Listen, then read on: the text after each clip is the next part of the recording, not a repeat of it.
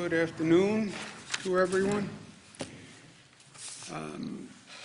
These are stressful, emotional times, as we know, and today is a day in the state of New York with very mixed emotions based on two very different pieces of information we have.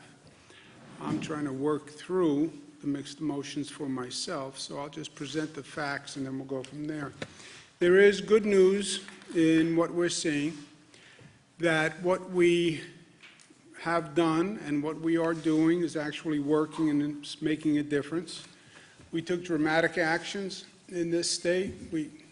New York Pause program that closed down schools, businesses, social distancing, and it's working. It is flattening the curve, and we see that again today. So far, meaning what? Meaning that curve is flattening because we are flattening the curve by what we are doing. If we stop what we are doing, you will see that curve change. That curve is purely a function of what we do day in and day out. But right now it's flattening. The number of patients hospitalized is down. And again, we don't look at just day-to-day data. You look at the 3-day trend, but that number is down. The 3-day average trend is also down. Anecdotally, the individual hospitals, the larger systems are reporting that some of them are actually releasing more people than are coming in, so they're net down. So we see the quote-unquote flattening of the curve. We have more capacity in the hospital system than ever before. So we've had more capacity in that system to absorb more people.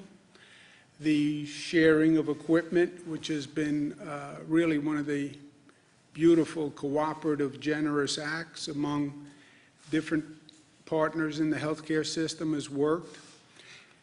If the hospitalization rate keeps decreasing the way it is now, then the system should stabilize over these next couple of weeks, which will minimize the need for overflow on the system that we have built in at Javits and at the USNS Comfort. So that is all good news. There's a big caution sign. That's if we continue doing what we're doing. If we continue doing what we're doing. We are flattening the curve because we are rigorous about social distancing, etc. So if we continue doing what we're doing, then we believe the curve will continue to flatten. But it's not a time to get complacent. It's not a time to do anything different than we have been doing. Remember what happened in Italy when the entire healthcare system became overrun? So we have to remain diligent. We have to remain disciplined going forward. But there's no doubt that we are now bending the curve, and there's no doubt that we can't stop doing what we're doing. That's the good news. The bad news isn't just bad. The bad news is actually terrible. Highest single-day death toll yet, 779 people. When you look at the numbers on the death toll, it has been going steadily up, and it reached a new height yesterday.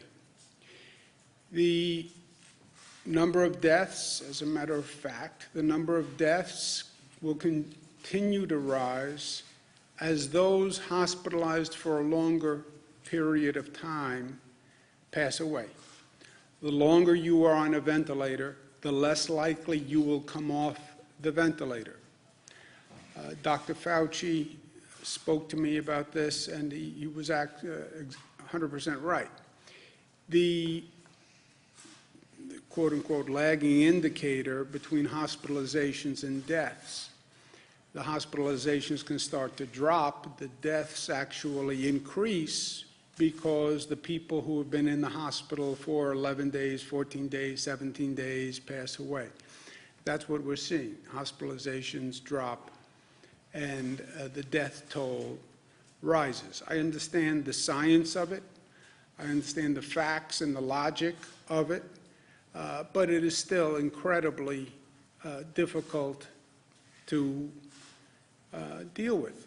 Every number is a face, right? And that's been painfully obvious to me every day. But we have lost people, many of them frontline workers, many of them healthcare workers, many of them people who were doing the essential functions that we all needed for society to go on, and they were putting themselves at risk, and they knew they were. Many of them vulnerable people who this vicious predator of a virus targeted from day one. This virus attacked the vulnerable and attacked the weak. And it's our job as a society to protect those vulnerable. And that's what this has always been about from day one. And it still is about. Be responsible, not just for yourself, but to protect the vulnerable. Be responsible because the life you risk may not be your own. Those people who walk into an emergency room every day and put themselves at peril, don't make their situation worse. Don't infect yourself or infect someone else so their situation becomes more dangerous. Just to put a perspective on this, 9/11, which so many of us lived through in this state and in this nation, 2,753 lives lost. This crisis, we've lost 6,268 New Yorkers. I'm going to direct all flags to be flown at half-mast in honor of those who we have lost to this virus. Big question from everyone, from my daughters, I'm sure around most people's dinner table. When will things go back to the way they were? I don't think it's about going back. I don't think it's ever about going back. I think the question is always about going forward. And that's what we have to deal with here. It's about learning from what we've experienced, and it's about growing, and it's about moving forward. Well, when will we return to normal? I don't think we return to normal. I don't think we return to yesterday, where we were. I think if we're smart, we achieve a new normal. The way we are understanding a new normal when it comes to the economy and a new normal when it comes to the environment. Now we understand the new normal in terms of health and public health. And we have to learn just the way we've been learning about the new normal in other aspects of society. We have to learn what it means, global pandemic, how small the world has actually gotten. Someone sneezes in Asia today, you catch a cold tomorrow. Whatever happens in any country on this globe can get on an airplane and be here literally overnight. And understanding this phenomenon and having a new appreciation for it, how our public health system has to be prepared, and the scale to which we need a public health system. Look at the way we're scrambling right now to make this work. We have to learn from that. I think we've also learned positive lessons. We've found ways to use technology that we never explored before. You have a New York State court system that, thank you, Chief Judge, is basically developing a virtual online court system, which has all sorts of positive benefits going forward. Using technology for healthcare, using technology for work from home, using technology for education. I think these are all positives that we can learn. Testing capacity, which we still have to develop. That is going to be the bridge from where we are today to the new economy, in my opinion. It's going to be a testing-informed transition to the new economy, where people who have the antibodies, people who are negative, people who have been exposed and now are better. Those are the people who can go to work, and you know who they are because you can do testing. But that we've all developed a sense of scale over the past few weeks in dealing with this. There's also lessons to be learned. Why are more African Americans and Latinos affected? We're seeing this around the country. Now, the numbers in New York are not as bad as the disparities we see in other places across the country, but there still are apparently disparities. Why? Well, comorbidity, I understand that, but I think there's something more to it. You know, it always seems that the poorest people pay the highest price. Why is that? Why is that? Whatever the situation is, natural disaster, Hurricane Katrina, the people standing on those rooftops were not rich white people. Why? Why is it that the poorest people always pay the highest price? But let's figure it out. Let's do the work. Let's do the research. Let's learn from this moment, and let's learn these lessons, and let's do it now.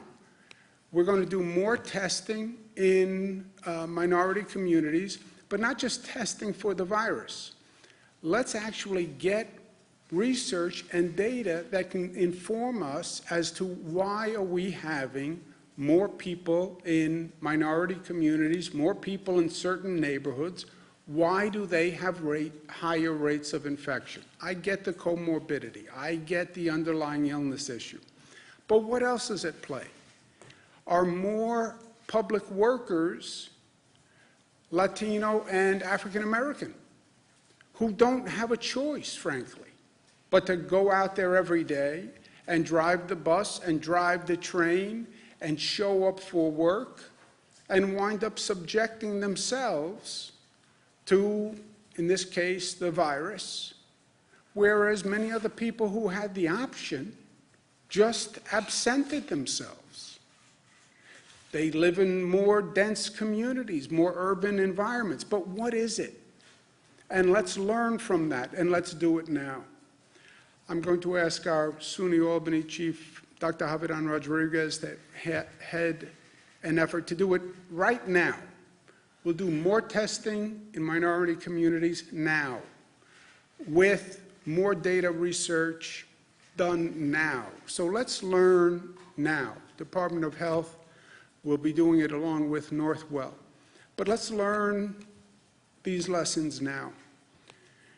We're also going to make an additional $600 payment to all unemployed New Yorkers. The federal government says they will reimburse us for it, but people need money now in their pocket. So New York will be doing that immediately. We're also extending the period covered by unemployment benefits for an additional 13 weeks, goes from 26 weeks to 39 weeks, so that should be a relief. On voting, I've seen lines of people on television voting in other states. This is totally nonsensical. God bless them for having such diligence for their civic duty that they would go stand on a line to vote, but people shouldn't have to make that choice. And where, by executive order, all New Yorkers can vote absentee on June 23rd, primaries coming up. I want to say thank you to the many places and people who are working with the state of New York. Mercury Medical donated 2,400 BiPAP machines. BiPAP machines are technically not ventilators, but they can be modified to effectively ventilate, even though they're not ventilators, and we're using them. They were brought up from Florida. Thank you very much, JetBlue, for doing that. I also want to thank Oregon and Washington State and California for freeing up ventilators. I want to thank the direct care workers who are doing a fantastic job, and they're doing it every day. I want to thank the state workers who are showing up and doing a great job every day, every first responder. This has been a long battle, and it's going to go on, but I want them to know how thankful we all are of them for what they're doing.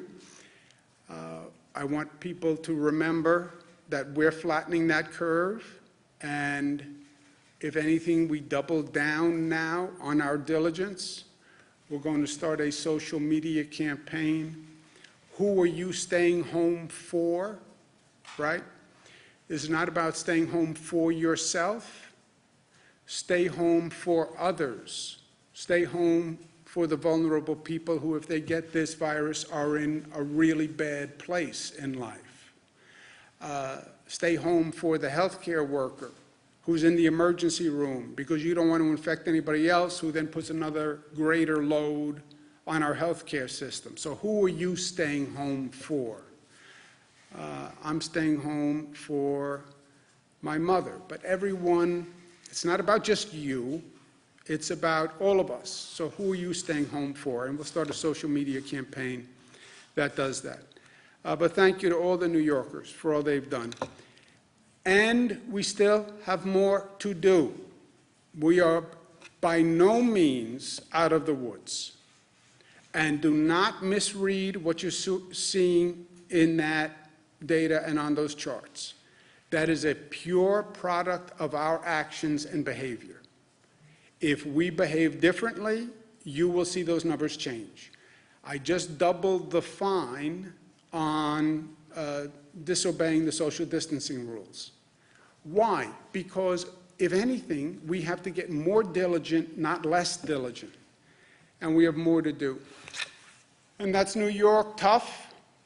But tough is more than just tough. Tough is smart and disciplined and unified. And tough is loving. The toughest guys are tough enough to love, right? Last point, our brothers and sisters in the Jewish community celebrate Passover tonight. We wish them all a happy Passover. The Jewish community has had a long and difficult year besides any of this. The number of incidents of anti-Semitism across this country, the violence that they have seen, even in this state of New York that has such a large Jewish population. So we wish them all well on Passover. And the message of Passover, I know, helps me today, and I offer it to others to consider. Passover says we remember the past, we learn from the past, we remember the lessons of the past, we teach a new generation those lessons. But there's also a message of hope in Passover. Next year in Jerusalem, next year in Jerusalem, next year the Promised Land, next year will be better. And yes, this has been a difficult month. We'll learn a lot, we'll move forward, and we'll be better for it.